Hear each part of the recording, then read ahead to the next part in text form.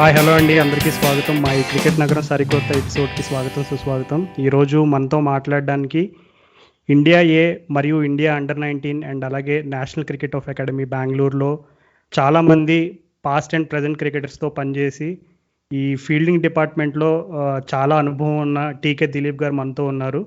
So మరేమాత్రం late చేయకుండా ఈ ముచ్చట్లన్నీ ఆయన నోటి ద్వారానే, ఆయన అనుభవాల ద్వారా ఫీల్డింగ్ గురించి మనం మరిన్ని విశేషాలు తెలుసుకుందాం. సో వెల్కమ్ టీకే దిలీప్ గారు, ఎలా ఉన్నారు? బాగున్నానండి, thank you very much. I'm very glad that ఇట్లాంటి షోలో పార్టిసిపేట్ చేసినందుకు, ఎస్పెషల్లీ తెలుగులో. సో ఇట్ ఈస్ యూనిక్ అండి. ఓకే, టీకే దిలీప్ గారు, మనం చూసుకున్నట్లయితే సాధారణంగా క్రికెట్లో బ్యాటింగ్ అండ్ బౌలింగ్ గురించి చాలాసార్లు చాలామంది మాట్లాడుకుంటూనే ఉంటారు. దాని గురించి చాలా రకమైనటువంటి అనాలిసిస్ బయట కూడా దొరుకుతూనే ఉంటుంది. ఇంకా ఐపీఎల్ సీజన్ అయినా నాన్ ఐపీఎల్ సీజన్ అయినా బ్యాటింగ్ బౌలింగ్ అనేది ఎప్పుడు కూడా లైమ్ లైట్లోనే ఉంటుంది. కానీ ఫీల్డింగ్ ఒక విధంగా చూసుకుంటే చాలామంది దాన్ని ఇంకా కొంచెం అది అండర్ వాల్యూడ్ స్కిల్ లాగే మిగిలిపోయింది. సో ఫీల్డింగ్ గురించి క్లుప్తంగా అసలు మీ జర్నీ ఎలా స్టార్ట్ అయిందో ఒకసారి మా లిజనర్స్తో పంచుకుంటారా కొంచెం? తప్పకుండా అండి. యాక్చువల్లీ అయితే నేను హైదరాబాద్ క్రికెట్ అసోసియేషన్లో ఆడేవాడిని ఫస్ట్. సో బేసికలీ నా జర్నీ క్రికెట్ కోచింగ్ లో ఎందుకు తొందరగా వచ్చిందంటే, ఎర్లియర్ ఏజ్ లో మా మదర్ చనిపోయింది, ప్లస్ మా father is not a person who from the sports background. So మీకు ఎట్లయినా తెలుసు, జూనియర్ ఏజ్ లో స్టార్ట్ కావాలంటే పేరెంట్స్ సపోర్ట్ ఉండాలంటే, which I did not get. But అది నన్ను స్టాప్ చేయలేదు ఆడడానికి. Maybe not professionally, but I was playing to certain extent. But దాని తర్వాత I started to practice more professionally. నేను జూనియర్ క్రికెట్ అంతా ఆడాను హైదరాబాద్ కి. Then at a particular stage in I guess around 2000 I would say 3లో నాకు ఇట్లా 4లో ఒకటి వస్తుంది కోచింగ్ అది ఇది అంటే, ఐ వాజ్ ఆల్వేస్ ఎట్లా అంటే, నాకు ఎంతూజియాజం ఉండే, అరే ఏం చెప్తారో కొత్తది ఏమైనా నేర్చుకోవచ్చు అని. ఆ ఎంతూజియాజంతో నేను 2004లో లెవెల్ 1 యాక్చువల్లీ అటెండ్ అయ్యాను, ఊరికే యాక్చువల్లీ జనరల్ నాలెడ్జ్ కోసం. బట్ యాక్చువల్లీ ఎగ్జామ్ తర్వాత I was among the top 3 అనమాట. దెన్ దాని తర్వాత నేను ఆడుకుంటా సైడ్ కి చిన్నపిల్లల కోచింగ్ చేసుకుంటా అలా అలా అలా అలా ఎక్కువ ఉండడం వల్ల, సో ఆబ్వియస్లీ కొన్ని సిచ్యువేషన్ లో where I was slightly sidelined because నేను కోచింగ్ చూస్ చేసుకున్నా అని. So there came a situation in life I had to choose whether నాకు క్రికెట్ ఆడడంలో ముందడికి ఎక్కువ ఫ్యూచర్ వెళ్తుందా లేదా, I can contribute in some manner అని. So that is when I took this step. And glad ఆ జర్నీలో ఆఫ్ కోర్స్ ఎవరికైనా, యాజ్ అ ప్లేయర్ అయినా యాజ్ ఎ కోచ్ అయినా, any profession there will be ups and downs. But I'm glad that ఇంత I could make it this much stretch అని చెప్పొచ్చు. దాని తర్వాత నేను 2004లో అలా లెవెల్ 1 చేశాక, నేను 2007 లెవెల్ 2 చేసినాక, అప్పుడు యాక్చువల్లీ హెచ్సి అకాడమీలో నేను యాజ్ ఎ కోచ్ గా నేను అక్కడ అపాయింట్ అయ్యాను. దాని తర్వాత it started where I coach went on 2010లో నేను లెవెల్ 3 చేశా, దెన్ లెవెల్ 3 రిఫ్రెషర్ చేశా. So the journey continued from actually a professional coaching 2007 నుంచి, but I started to do coaching from 2004.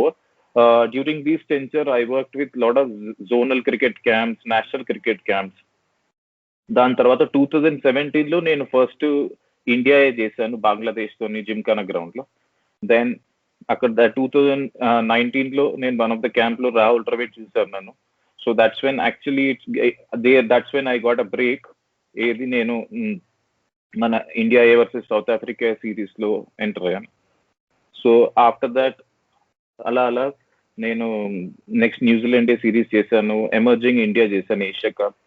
After that so ఇవన్నిటి ఒక అదృష్టం ఏంటంటే, different kind of player from, ఇప్పుడు చూస్తే ఏంటంటే ఒక అండర్-16 అబ్బాయి నుంచి ఎలైట్ ప్లేయర్ పుజారా, అజింక్య రహానే వరకు. So I got an opportunity to work with everyone. ఈ మధ్యలో యాక్చువల్లీ నాకు మోస్ట్ ఇంపార్టెంట్ ఫేజ్ 2008 నుంచి 11లో when I work with Deccan Chargers. ఈ ఇంకా ఇంటర్నేషనల్ ప్లేయర్స్ తోని there's lot of learning that phase, and I think these are the most important things which helped me to grow as a coach అని చెప్పొచ్చు definitely. Coming to fielding అన్నారు మీరు అన్నది రాహుల్ గారు, తప్పకుండా నేను 100% ఒప్పుకుంటా. ఈ రోజు కూడా ఉంది డెఫినెట్లీ. ఫీల్డింగ్ అనేది ఒక, నేను ఇప్పుడైతే థర్డ్ స్కిల్ గా అంటున్నారు, అదైతే డెఫినెట్లీగా ఇంప్రూవ్ అయింది. కానీ స్టిల్ ఇప్పుడు చూస్తే ఏంటంటే when it comes to team selection still you are selected on batting or bowling performance. కాకపోతే when it comes to two players, suppose ఒక సేమ్ స్కిల్ ప్లేయర్ ఉన్నారు అనుకోండి, whether it is batting or bowling, కానీ when it comes to pick ఒక person ని pick చేయాలంటే that is when these kind of skills will definitely add. కానీ when it comes to IPL now you see ఆ number of overs అయినా తక్కువ వేయాలి, 4 overs ఉంటే బ్యాటింగ్ కూడా మీకు తక్కువ ఉంటుంది. So how much you contribute in fielding చాలా ఇంపార్టెంట్ అవుతుంది. నేను ఒక చిన్న ఎగ్జాంపుల్ చెప్తాను. నేను డెక్కన్ చార్జర్స్ తో ఉన్నప్పుడు గిల్ క్రిస్ట్ ఒక ప్లేయర్ ఉన్నాడు, నేను పేరు చెప్పలేను అతన్ని. సో కాకపోతే అతను మంచిగా వేసేవాడు ఫస్ట్ 2-3 మ్యాచెస్, బట్ దెన్ ఆ మ్యాచెస్ లో ఒక 3-4 క్యాచెస్ డ్రాప్ చేస్తాడు. నేను దాని తర్వాత ఒక్క మ్యాచ్ కూడా ఆడలేదు rest of the season, and purely because of fielding.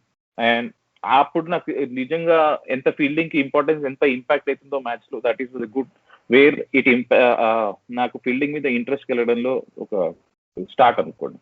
Oh interesting sir. అంటే కానీ చాలా మంది ఈ మధ్య డేటా అనాలిసిస్ ఇదంతా వీళ్ళంతా క్రికెట్ అనలిస్టులు అందరూ చెప్పేది ఏంటంటే ఒక విషయం ఈ ఫీల్డింగ్ లో, if you are bowling good enough and if you're batting good enough then whatever runs you will save in the field. కానీ మనం క్యాచెస్ ఏదో ఇంపాసిబుల్ క్యాచ్ ఒకటి పట్టినా కానీ నీకు ఒకవేళ ఇఫ్ యూఆర్ బెటర్ బౌలర్, నువ్వు అలా అలా పట్టిన స్పెషల్ క్యాచ్ బదులు you will be creating 2 more wicketing opportunities అనేది ఒక స్టేట్మెంట్ ఉంటుంది. దాన్ని మీరు అనలిస్ట్ తో పనిచేస్తుంటారు కదా, సో ఒకవేళ టీమ్ సెలెక్షన్ మీటింగ్ లో ఇప్పుడు అనలిస్ట్ లేదు ఐ థింక్ ఈ బౌలర్ ఆడాలి ఆర్ ఈ బ్యాట్స్మెన్ ఆడాలి, బట్ అంటే మీరు ఫీల్డింగ్ కి ఇంపార్టెన్స్ ఇస్తే మా డేటా ప్రకారం దట్ ఇస్ ఇర్రెలవెంట్ అని ఎప్పుడైనా చెప్పారా? నేను డెఫినెట్లీ మీరు అన్నది ఒక పాయింటే, కానీ మేమేం చేస్తామంటే జనరల్ గా ఆఫ్టర్ నేను కోచింగ్ లో మీరు అన్నట్టు మేము కూడా ఆలోచించేవాడి. ఎందుకంటే బ్యాటింగ్ బౌలింగ్ మనం స్కోర్ కొట్టంగానే స్కోర్ షీట్ లో కనిపించేస్తాయి, ఎన్ని బాల్ ఆడిండు, ఎన్ని 4 కొట్టాడు, లేకపోతే బౌలర్ కి ఇన్ని ఓవర్లు వేసాడు, ఎన్ని మేడియన్లు వేసాడు ఇదని. బట్ అదే మా దాంట్లో ఉండే జనరల్ గా మన ఫీల్డింగ్ ఎట్లా ఆడతాం, ఒక మంచి క్యాచ్ పడితే అరే చాలా బాగా పట్టినామంటాం, లేకపోతే ఒక డ్రాప్ చేస్తే వాడిని మీ ఏదైతే చూపించి అరే నువ్వు డ్రాప్ చేసినావు, నీ వాళ్ళు ఓడిపోయినాయి. So this is the common statement general గా ఉంటుండే. సో బ్యాటింగ్ బౌలింగ్ వచ్చేకల్లా చాలా స్పెసిఫిక్ ఫిగర్స్ ఉండి ఫీల్డింగ్ కి స్పెసిఫికర్స్ లేకుండే. అందుకనే నేను యాక్చువల్లీ ఇప్పుడు current Indian team fielding coach R Sridhar కూడా స్టార్టింగ్ లో 2000 నుంచి మేము ఒకటి తీసుకొచ్చింది ఏంటంటే అకౌంటబిలిటీ ఇన్ ఫీల్డింగ్. సో మేము ఒక సాఫ్ట్వేర్ చేసాం మా సొంతంగా ఎక్సెల్ లో. సో ఎవ్రీ యాక్షన్ అంటే గ్రౌండ్ లో అడిగే ప్రతి ఒక్క యాక్షన్ కి మేము ఒక దగ్గర రికార్డ్ ఉంటుంది. సో ఒక పర్టికులర్ ఫీల్డర్ మ్యాచ్ తర్వాత వచ్చి చూస్తే ఏంటంటే అతను ఒక 15 బాల్ పడితే ఎన్ని మంచి బాల్ పట్టాడు, ఎన్ని మిస్ ఫీల్డ్ చేశాడు, ఎన్ని క్యాచ్ పట్టాడు. So there is a proper analysis. So దానివల్ల ఏమవుతుందంటే, so we can not miss out and saying that దానివల్ల ఏంటంటే it's not only the negative part of it. ఒకవేళ మంచి చేసిన రోజు ఎందుకు మంచి చేసినో మనం రీజన్స్ కూడా రాసుకుంటాం. సో డెఫినెట్లీ మీరు అన్నట్టు ఏంటంటే ఆ అకౌంటబిలిటీ చాలా ఇంపార్టెంట్, ఎందుకంటే స్టాట్స్ ఇవన్నీ కూర్చోవడంలో చాలా డిఫరెన్స్ ఉంటుంది. Okay sir, very very interesting. అది ఒక సెపరేట్ సాఫ్ట్వేర్ కూడా ఉందని చెప్తున్నారు. సో నౌ అయితే ఫీల్డింగ్ కూడా క్వాంటిఫై చేయొచ్చు అంటారు బ్యాటింగ్ బౌలింగ్ తో. సో అంటే మీరు ఫీల్డర్స్ ఎట్లా ఐడెంటిఫై చేస్తారండి? సో ఇప్పుడు Ravindra Jadeja is the best fielder in India and perhaps in the world కూడా చాలా మంది అంటారు. సో ఇలాంటి ఫీల్డర్స్ ని మీరు చిన్నప్పుడే మేబీ అండర్ 17 లెవెల్లోనే మీరు గుర్తుపట్టగలుగుతారా? అరే he has it in him, అసలు తనలో ఏదో ఉంది, స్పెషల్ గా ఉంది, అసలు అథ్లెటిక్ అబిలిటీ కానీ ఎలా మీరు ఐడెంటిఫై చేస్తారు? అంటే మీరు మేబీ జడేజాని చూసారా అండి మీరు అప్పుడు కోచింగ్ చేసే టైంలో, అప్పుడు జోనల్ క్యాంప్స్ లో ఎప్పుడైనా కానీ? నేను మెయిన్ ఇండియన్ టీమ్ తోని 2013 లో మన ఉప్పల్లో అయినప్పుడు నేను ఇండియన్ టీమ్ అసిస్టెంట్ ఉండే, సో హైదరాబాద్ తరఫు నుంచి. సో నేను అప్పుడు జడేజాని చూశాను. నేను ఫస్ట్ టైం చెప్తున్నాను, నేను బేస్బాల్ గ్లౌజ్ పెట్టుకుని అతను త్రో వేస్తున్నప్పుడు చూసాను. నేను ఇద్దరే ప్లేయర్లే చూసాను. నా గ్లౌజ్ లిటరల్లీ భయానికి వెనకాల తీసుకోవాల్సి వచ్చింది. ఒకటి జడేజా, ఇంకోటి ఆండ్రూ సైమన్స్. అంత పవర్ఫుల్ త్రో వేస్తాడు. కానీ ఈ థ్రోయింగ్ టెక్నిక్ లో నేను యాక్చువల్లీ లాస్ట్ ఒక 2 years నుంచి రీసెర్చ్ చేస్తున్నానండి. సో ఒక్కొక్క ఫీల్డర్ ఏంటంటే నేచర్ ఇంకా నచ్చర్ అని ఉంటుంది డిఫరెన్స్. నేచర్ అంటే ఇప్పుడు జడేజా న్యాచురల్ ఫీల్డర్ అండి, అతను సైడ్ నుంచి వేస్తాడు. యాక్చువల్లీ మనం అందరం పైనుంచి చేయాలంటాం, కాకపోతే చిన్నప్పటి నుంచి ఏసీ ఒక రిలీజ్ పాయింట్ అతను న్యాచురల్ గా వచ్చింది. So they are certain people కి వాళ్ళు ఇప్పుడు డేవిడ్ మిల్లర్ ఉన్నాడు, సైడ్ నుంచి వేస్తాడు కానీ యాక్యురేట్ ఉంటాడు. కానీ మనం నేర్పించేటప్పుడు సో మనం పైనుంచి చేయాలంటాం. సో మేము ఆ బ్యాలెన్స్ చేస్తాం. ఎవరు ఆ కేటగిరీలో వస్తారో, ఎవరు ఈ కేటగిరీలో వస్తారో. మీరన్నట్టు ఏంటంటే అండర్-16 నుంచి మేము క్యాంప్స్ చేసేటప్పుడు ఏం చూస్తామంటే ఎవరైతే అజైల్ గా మూవ్ అవుతున్నారో మ్యాచ్, అందుకొని ఏమంటారంటే ఎన్ని ఫీల్డింగ్ సెషన్ చేసినా లాస్ట్ కి మ్యాచ్ లో ఇప్పుడు ఒక అదృష్టం ఏంటంటే ఒకప్పుడు ఒకటే కోచ్ ఉంటుండే కాబట్టి అన్ని డిపార్ట్మెంట్ చూడడం కష్టమవుతుండే. ఇప్పుడు ఒక స్పెసిఫిక్ ఫీల్డింగ్ ఒక కోచ్ ఉండడం వల్ల ఏంటంటే మా జాబ్ నాట్ ఓన్లీ ఎన్ని క్యాచ్లు పట్టిండో, ఎన్ని క్యాచ్లు వదిలేసిండో, ఎన్ని రన్లు సేవ్ చేసిండో కాకుండా ఎలా మూవ్ అవుతున్నాడు, బాల్ ఇయ్యక ముందు వేసిన తర్వాత ఎట్లా రియాక్ట్ అవుతున్నాడు. సో మీకు ఆ రియాక్షన్ స్పీడ్ ఎట్లున్నది, ఆయన ఎజిలిటీ సైడ్ వేస్ ఎలా ఉంది, లేకపోతే స్టార్ట్ ఎలా ఉంది. సో కొన్నిసార్లు ముందటికి వచ్చి సడన్ గా వెనక తిరిగేటప్పుడు ఆయన ఎంత క్విక్ గా టర్న్ అవుతున్నాడు. సో ఈ ఆస్పెక్ట్స్ జనరల్ గా చాలా కొన్ని బ్లాక్స్ చేసుకొని మేము టిక్ చేస్తుంటాం. సో దిలీప్ గారు సాధారణంగా ఫీల్డింగ్కి అంటే బ్యాటింగ్ బౌలింగ్ స్కిల్స్ని పక్కన పెట్టేస్తే ఫీల్డింగ్లో అంటే నాకున్న కొద్దిపాటి నేను కాలేజ్ క్రికెట్లో ఆడిన అనుభవాన్ని బట్టి ఫీల్డింగ్కి యాటిట్యూడ్ అనేది చాలా ఇంపార్టెంట్ అని సాధారణంగా చెప్తూ ఉంటారని నేను కూడా నాకున్న చిన్న కొద్దిపాటి అనుభవం ద్వారా నేను నేర్చుకున్నది ఏంటంటే ఫీల్డింగ్లో ఇంటెంట్ అండ్ యాటిట్యూడ్ అనేది చాలా ఇంపార్టెంట్ ఫ్యాక్టర్స్గా చెప్తారు. అంటే స్కిల్ అనేది కూడా ఫీల్డింగ్లో డిఫరెంట్, ఇప్పుడు చూస్తే మనం మీరు చెప్పినట్టు ఫీల్డింగ్లో కూడా డిఫరెంట్ టైప్స్ ఆఫ్ టెక్నిక్స్ ఉన్నాయి. సో ఒక ఫీల్డర్ని ఐడెంటిఫై చేసేటప్పుడు మీరు మొదటగా అతనిలో ఉండేటువంటి స్కిల్ని గమనించి అతన్ని ఐడెంటిఫై చేస్తారా, లేదు ఇందాక ఇప్పుడు నేను చెప్పినట్టు యాటిట్యూడ్ అండ్ ఇంటెంట్ ఇట్లాంటి విషయాలు కూడా కన్సిడరేషన్లోకి తీసుకుంటారా? డెఫినెట్లీగా 3-4 బ్లాక్స్ ఉంటాయండి. ఒకటి ఏంటంటే స్కిల్, నా ఉద్దేశంలో it can always be learn and already ఉన్న స్కిల్ ని మనం షార్పన్ చేసుకొని దాన్ని అప్డేట్ చేసుకొని ఇంకా అడ్వాన్స్ తీసుకెళ్ళొచ్చు. కానీ మీరు అన్నారు చూడు ఇంటెంట్ అనేది, అది యాటిట్యూడ్ ఇంటెంట్ వల్ల ఏమైందంటే ఇది not only applies to only fielding, batting bowling లో కూడా. ఎందుకంటే బౌలింగ్ లో ఒక మనిషికి ఫాస్ట్ వేయాలని ఉంటే ఫాస్ట్ వేయగలుగుతాడు, ఫాస్ట్ వేయాలను లేకున్నది అనుకో ఉన్నది కూడా వేయలేడు. సో బ్యాటింగ్ లో కూడా ఆ ఇంటెంట్ పాజిటివ్ ఆడాలని ఉంటే automatic that is intent is the first thing. Fielding లోకి వచ్చేటప్పుడు ఆ ఇంటెంట్ యాటిట్యూడ్ మనం ఉంటే రెండు అడ్వాంటేజ్ ఏంటంటే మన బాల్ మన దగ్గరికి రావాలనుకుంటాడు. సో అదే starting signal of a good fielder.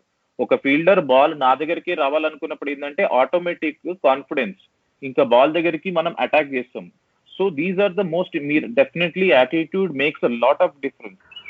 So fielding విషయంలో పర్టికులర్గా ఇంటెంట్ యాటిట్యూడ్ గురించి కూడా మీరు చెప్పారు. సో అంటే ఇప్పుడు ప్రజెంట్ క్రాప్ ఆఫ్ క్రికెటర్స్ ఇప్పుడు ఎవరైనా సరే ఇప్పుడు నేషనల్ క్రికెట్ అకాడమీలో మరీ ముఖ్యంగా అంటే చాలామందికి ఉండేటువంటి సందేహాలు ఏంటంటే సాధారణంగా ఇప్పుడు ఏ ప్లేయర్ అయినా సరే ఫిట్నెస్ ప్రూవ్ చేసుకోవాలన్నా అండ్ అలాగే రీహాబిలిటేషన్ ఇవన్నీ స్టార్ట్ చేయాలంటే నేషనల్ క్రికెట్ ఆఫ్ అకాడమీ బెంగళూరుకి వచ్చి అక్కడ వాళ్ళ ప్రాసెస్ అనేది స్టార్ట్ చేస్తారు. సో దీంట్లో అంటే ఒక ప్లేయర్ ఫిట్నెస్ ప్రూవ్ చేసుకునే యొక్క క్రమంలో ఫీల్డింగ్ పరంగా వాళ్ళకి ఏమైనటువంటి డెడ్ లైన్స్ కానీ లేదంటే ఏదైనా పర్టికులర్ గైడ్ లైన్స్ ఇట్లాంటివి ఏమైనా ఉండడం జరుగుతుందా ఎన్సీఏలో? ప్రస్తుతానికైతే చెప్పాలంటే మేము ఎవరైతే నార్మల్ గా ఎన్సీఏలో ప్రకారం ఏంటంటే ఒక పర్టికులర్ ప్లేయర్ ఫిట్ అయిపోయినాడు అనుకోండి, సో మనిషి గ్రౌండ్ లో ఉరికి అతను మీరు అన్నట్టు అది యోయో టెస్ట్ కావచ్చు, 2 కిలోమీటర్ రన్ కావచ్చు, వేరియస్ టెస్ట్ ఫిట్నెస్ టెస్ట్ ఉన్నా పర్వాలేదు. ఎండ్ ఆఫ్ ద డే అతను బ్యాటింగ్ బౌలింగ్ ఫీల్డింగ్ లో స్కిల్ అతను చూసి ఆయన, ఎందుకంటే ప్రతి ఒక్కటి ఇప్పుడు బ్యాటింగ్ లో ఒక పర్టికులర్ మూమెంట్స్ ఉంటాయి, బౌలింగ్ లో ఉంటాయి, కానీ ఫీల్డింగ్ లో అన్ని మూమెంట్స్ ఉండాలి. సో మేము ఎజిలిటీ, ఇంకా థ్రోయింగ్, హై క్యాచింగ్ ఎలా రన్ చేస్తున్నాడు, ఎలా స్ప్రింట్ చేస్తున్నాడు, short distance long distance throw వేస్తున్నాడు. సో ఈ అన్ని ఏరియాలు చేస్తుంది. So end of the day మేము కలెక్టివ్ గా ఫీడ్బ్యాక్ ఇస్తామని. సో అది యాక్చువల్లీ జనరల్ ప్రాసెస్. ఇంకోటి మీరు అన్నట్టు ఏంటంటే ఈ ఫిట్నెస్ అనేది అన్నిటికంటే చాలా ఇంపార్టెంట్. ఎందుకంటే ఇప్పుడు మీరు చూస్తే లాస్ట్ 6 years లో especially R Sridhar Indian team వచ్చినాక మన ఫీల్డింగ్ చాలా ఇంప్రూవ్ అయింది. దానికి మేజర్ కారణం ఏంటంటే ఇప్పుడు మీరు తీసుకుంటే రవి శాస్త్రి ఇంకా విరాట్ కోహ్లీ ప్లే చేస్తారు. ఎందుకంటే ఎప్పుడైతే మీరు యోయో టెస్ట్ చేసి, యోయో టెస్ట్ అనేది అదొకటే టెస్ట్ చేయడం, బట్ ఆ మైండ్ సెట్, ఆ కల్చర్ అయితే తీసుకొచ్చారు. ఏంటంటే ఫిట్నెస్ చాలా ఇంపార్టెంట్.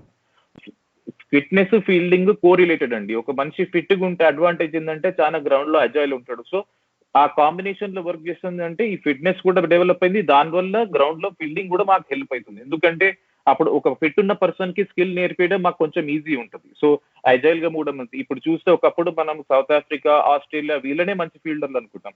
ఇప్పుడు చూస్తే ఏంటంటే మన దగ్గర నియర్లీ 11 ఫీల్డర్స్ అంతా మంచుకున్నారు. మీరు ఎప్పుడైనా చూసారో ఒకప్పుడు ఫాస్ట్ బౌలర్స్ బౌండరీ లైన్ లో షూస్ తో నాపేటోళ్ళు. ఇప్పుడు చూస్తే ఫాస్ట్ బౌలర్స్ కూడా డైవ్ చేస్తున్నారు, బౌలర్లు కూడా క్యాచ్ వదిలేస్తున్నారు. ఇంకా మీరు ఒకప్పుడు షేన్ వార్నే స్లిప్ లో ఉండే బౌలర్, జేమ్స్ ఆండర్సన్ స్లిప్ లో ఉండే, ఇప్పుడు మన దగ్గర అశ్విన్ కూడా ఉండే ఛాన్స్ వల్ల. సో ఫీల్డింగ్ చాలా మారిపోయింది బికాస్ ఆ ఫిట్నెస్ కల్చర్ అనేది తీసుకురావడంలో యాక్చువల్లీ విరాట్ కోహ్లీ, రాహుల్ ద్రవిడ్ అయినా ఎన్సీఏలో అటు ప్లస్ ఇంకా రవి శాస్త్రి వీళ్ళు కంబైన్డ్ గా తీసుకొచ్చిన ఆ కల్చర్ చాలా ఇంపార్టెంట్ ఎఫెక్ట్ అయింది. ఓకే. ఓకే. సూపర్ సార్ ఇది. అంటే మీరు చెప్తున్నారు కదా చాలా చేంజెస్ అయినాయి అది ఇది అని. సో ఈ క్రమంలో మనం ఇంకో ఇది అసలు ఫీల్డింగ్‌లో ఇప్పుడు ఈ మధ్య చూస్తున్నాం మనం డ్రిల్స్ కొత్తవి చేస్తున్నారు. ఇప్పుడు ఇదివరకు బౌండరీ దగ్గర లైన్ క్యాచెస్ అనేవి అబ్బా! అదొక వింత అన్నట్టు చూసేటోళ్ళము. కానీ ఇప్పుడైతే టీమ్స్ ప్రతిసారి మీకు ప్రాక్టీస్ చేయిస్తారు కదా మీరు. అసలు అసలు ఆ టెక్నిక్ గాని అసలు ఈ మేము చూస్తుంటే టీవీలో అనిపిస్తది. అసలు ఎట్లా చేస్తారు? ఎలా కోఆర్డినేషన్ అది అనిపిస్తది అసలు. ఆ edge of the boundary catches గురించి మీరు చెప్పండి సార్. ఇది చాలా ఇంట్రెస్టింగ్ టాపిక్. ఎందుకంటే ఎస్పెషలీ ఈ బౌండరీ లైన్ క్యాచింగ్ చాలా హైలైట్ అయింది మన T20 IPL వల్ల ఎక్కువైంది. ఎందుకంటే వైట్ బాల్ లైట్ గా ఉంటుంది, బౌండరీ లైన్ జల్లి ట్రావెల్ అవుతుంది. ఇంకోటి ఏంటంటే ఆ 6లు 4లు ఎక్కువ T20లో మనం చూస్తాం కాబట్టి ఆ క్రంచ్ క్యాచెస్ ఇవన్నీ అక్కడి నుంచే రిలేషన్. ఇప్పుడు అంతకుముందు ఉట్టి బౌండరీ లైన్ క్యాచ్ నిలబడి కొట్టేటోళ్ళు, ఇప్పుడు దాని ట్యాప్ పైకి చేసి బయటికి వెళ్ళి మళ్ళీ లోపలికి రావడము ఇవన్నీ కొట్టడానికి ఇవాల్వ్ అయినాయి. డెఫినెట్లీ T20 IPL వల్ల ఇది చాలా మేజర్ ఇంపాక్ట్ అయింది. జనరల్లీ బౌండరీ లైన్ లో ఏమవుతుందంటే ప్రతి ఒక్క గ్రౌండ్ డిఫరెంట్ ఉంది. దానికి ఉండే కష్టాలు ఏంటిది చెప్పాలంటే బౌండరీ లైన్ క్యాచింగ్ లో మేజర్ డిఫికల్టీ ఏంటంటే ప్రతి ఒక్క స్టేడియం లో లైట్ డిఫరెంట్ హైట్స్ ఉంటాయండి. కొన్నిసార్లు మనకు ఆ గ్లేర్ ఉంటుంది, కొన్నిసార్లు ఏమైందంటే ఇప్పుడు స్టేడియం కన్స్ట్రక్షన్ వల్ల మీకు గ్రౌండ్ ఫ్లోర్ ఫస్ట్ ఫ్లోర్ మధ్యలో కొన్నిసార్లు గ్యాప్ ఉంటుంది. సపోజ్ మన రాజీవ్ గాంధీ ఇంటర్నేషనల్ స్టేడియమే చూసుకోండి, గ్రౌండ్ ఫ్లోర్ ఫస్ట్ ఫ్లోర్ మధ్యలో గ్యాప్ ఉంటుంది. సో ఆ గ్యాప్ నుంచి వచ్చి సడన్ గా ఫ్లాట్ క్యాచ్లు కొన్నిసార్లు మిస్ అయిపోతాయి. సో ఇంకోటి ఏంటంటే మన కలర్ ఆఫ్ ద గ్రౌండ్ ఇవన్నీ ప్లస్ ఇంకోటి అందరూ ఇగ్నోర్ చేసింది. ఇప్పుడు యాక్చువల్లీ ఏంటంటే మీరు చూడండి, లాస్ట్ మొన్న దుబాయ్ లో అయిపోయిన IPL లో డిఫరెంట్ గ్రౌండ్స్ లో ఒక గ్రౌండ్ కి ఏమో లైట్లు చిన్నగా ఉన్నాయి, ఇంకో గ్రౌండ్ చిన్నగా ఉంది, ఇంకో గ్రౌండ్ లో డోమ్ కి ఉన్నాయి లైట్స్. సో ఈ దాని వల్ల ఒక డిజైన్ ఏంటంటే ట్రాజెక్టరీ ఆఫ్ ద బాల్ ని బ్యాట్ నుంచి మన చేతిలో రావడానికి కొన్నిసార్లు కష్టం అవుతుంది పట్టుకోవడం. సో ఇది చాలా ఇంపాక్టెడ్. ఇంకోటి ఏంటంటే మన రంజీ ట్రోఫీ పిల్లలకు జనరల్ గా అండర్-16, అండర్-19 పిల్లలకు డిఫరెన్స్ ఏంటంటే బ్యాక్గ్రౌండ్ చాలా ప్రాబ్లం వస్తుంది. ఎస్పెషల్లీ వీళ్ళు ఇంటర్నేషనల్ స్టేజ్ లో మధ్యలో గ్యాప్ లో ప్రాబ్లం ఏమొస్తుందంటే మీ జనరల్లీ అండర్-19 మ్యాచ్లు ఇవన్నీ ఏంటంటే ఒక నార్మల్ సెకండ్ ఆర్ థర్డ్ గ్రౌండ్లలో ఆడతాము. సో అక్కడ చెట్లు ఇవన్నీ ఉంటాయి బ్యాక్గ్రౌండ్ లో. సో సడన్ గా మీరు స్టేడియంకి వెళ్ళి డిఫరెంట్ కలర్, సపోజ్ మేము కేరళలో ఆడినప్పుడు ఒక సైడ్ దగ్గర వైట్ బ్యాక్గ్రౌండ్ ఉంది, పొద్దున మ్యాచ్ ఆడుతున్నాం బండే. సో ఆ ఫైన్ లెగ్ ఫీల్డర్ కి ఆ బాల్ వైట్ బ్యాక్గ్రౌండ్ నుంచి వైట్ బాల్ వచ్చేకల్లా కొంచెం కష్టం అవుతుంది. So these are the adjustments fielder కొంచెం చూసుకోవాల్సి వస్తుంది డిఫరెంట్ గ్రౌండ్ లో అలవాటు కూడా. అందుకని ప్రతి గ్రౌండ్ కి వెళ్ళినప్పుడు మనము ఎంత బ్యాటింగ్ బౌలింగ్ ప్రాక్టీస్ చేస్తామో ఓవరాల్ చుట్టూ గ్రౌండ్ ని మనము ఇది డెఫినెట్లీ మనం క్యాచ్లు ఫ్లాట్ హై తీసుకోవాలి, అప్పుడే మీకు ఒక ఐడియా వస్తుంది. ఇంకొకటి ఈ బౌండరీ లైన్ హ్యాక్ క్యాచ్ లో అన్నిటికంటే కష్టమైనది ఎంతైతే బౌండరీ లైన్ పైకి వచ్చిన బాల్ అంతే ఈక్వల్ గా కష్టమైనది హార్డ్ ఫ్లాట్ వచ్చే క్యాచ్. ఎందుకంటే చిన్నప్పటి నుంచి ఇండియాలో మనకు నేర్పించింది ఏంటంటే fingers up, fingers down, side వేస్ ఇవే ఎక్కువ క్యాచ్లు తీసుకుంటాం. ఎందుకంటే బౌన్స్ తక్కువ ఉండడం వల్ల మనం అన్ని ఈ క్యాచ్లు తీసుకుంటాం. ఫింగర్స్ అప్, స్ట్రాంగ్ హ్యాండ్స్ మన దగ్గర లేదు అలవాటు. సో జనరల్ గా ఎనీథింగ్ అబౌవ్ షోల్డర్ మన దగ్గర కొంచెం కష్టంగా ఉంటుంది, ఎందుకంటే అక్కడ టెక్నిక్ కొంచెం మారుతుంది. సో ఓవర్ హెడ్ క్యాచెస్ మనం ఎస్పెషల్లీ పట్టేటప్పుడు ఫ్లాట్ గా మనం హ్యాండ్స్ స్ట్రాంగ్ గా ఉండాలి. ఎందుకంటే బాల్ ఫాస్ట్ గా వచ్చినప్పుడు మనం స్ట్రాంగ్ హ్యాండ్స్ లేకుండా లూజ్ ఉంటే ఒకటి మన వెనకాల చేతిలో నుంచి పడిపోయే ఛాన్స్ ఉంది, ఇంకోటి మరీ స్ట్రాంగ్ గా పెడితే మరీ హార్డ్ గా పెడితే బాల్ పాప్అవుట్ అయ్యి బయటకు వచ్చే ఛాన్స్ ఉంది. సో దాంట్లో రెండు ఇంపార్టెంట్ టెక్నిక్ అయితే ఒకటి ఏంటంటే ఓవర్ హెడ్ ఫ్లాట్ క్యాచెస్ కి బౌండరీ లైన్ లో స్ట్రాంగ్ హ్యాండ్స్ ఒకటి ఇంపార్టెంట్.